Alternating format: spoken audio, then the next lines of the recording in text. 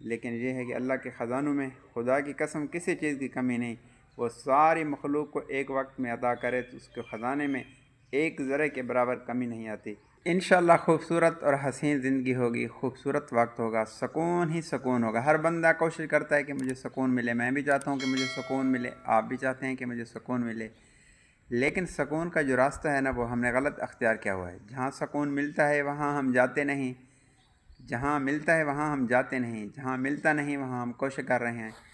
سکون اللہ تعالیٰ کی طرف سے ملتا ہے۔ اللہ تعالیٰ قرآن پاک میں ارشاد فرماتا ہے کہ اگر تم سکون چاہتے ہو تو سکون میرے ذکر میں ہے، تو اس لیے اللہ سے محبت کریں۔ اللہ کل کائنات کا مالک ہے، خالق ہے۔ دیکھیں کہ اللہ تعالیٰ کی کتنی بڑی ذات ہے، اگر ہم اس سے محبت کریں، اللہ کو ہی اپنا بنا لیں، اللہ سے اپنا تعلق مضبوط کر لیں، تو یقین کریں کہ کتنا سکون ہوگا۔ اللہ سے محبت کیا کیا کہنا جو دنیا میں کام ہے اور آخرت میں کام ہے۔ باقی یہ دنیا دھوکہ ہے، فنا ہے۔ یقین کرو انسان جتنی اکٹھا کرے، مال پیسہ جتنا سب کچھ جمع کر لینا، خالی ہاتھ جانا ہے، سب کچھ یہاں چھوڑ کر جانا ہے۔ کبھی یہ سوچا ہے کہ جو میرا سفر ہے، جہاں میں نے جانا ہے اور میرا سفر بھی شروع ہے، پل پل ہمارا کٹ رہا ہے اور ہم قبر کے قریب ہوتے چلے جا رہے ہیں۔ کبھی سوچا ہے کہ یار میں نے قبر کے لیے کتنی تیاری کر رکھی ہے؟ آخر قبر مٹی کا ڈھیر ہے۔ اللہ کے نبی نے ارشاد فرمایا کہ اس کو مٹی کا ڈھیر نہ سمجھو، یہ جنت کے باغوں میں سے باغ ہے یا جہنم کے گڑھوں میں سے ایک گڑھا ہے۔ تو قبر کو ہم خوبصورت جنت بنائیں، اس دنیا میں رہتے ہوئے اپنے اللہ سے محبت کریں۔ جب ہم اللہ سے محبت کرنے لگیں گے تو سکون ہی سکون ملے گا، عزت ہی عزت ملے گی۔ یہ ہر بندہ طلب رکھتا ہے عزت کی اور سکون کی۔ اگر ہم چاہتے ہیں کہ ہمیں عزت ملے اور سکون بھی ملے تو اللہ سے محبت کرنی ہوگی، ورنہ نہ سکون ملے گا نہ عزت ملے گی تو چند دنوں کی ملے گی، کبھی عزت کبھی رسوائی، کبھی ضلالت کبھی خواری۔ تو اس لیے اللہ سے جب ہم محبت کریں گے تو کامیابی قدم چومے گی، عزت ملے گی۔ پیارے نبی حضرت محمد صلی اللہ علیہ وسلم نے مبارک طریقہ دیتے زندگی ہم گزاریں کہ پیارے نبی صلی اللہ علیہ وسلم کے ہر ایک طریقے میں عزت کے سوا کچھ نہیں ملتا، کامیابی کے سوا کچھ نہیں ملتا۔ اللہ تک پہنچنے کے لیے راستہ پیارے نبی صلی اللہ علیہ وسلم کی مبارک زندگی ہے۔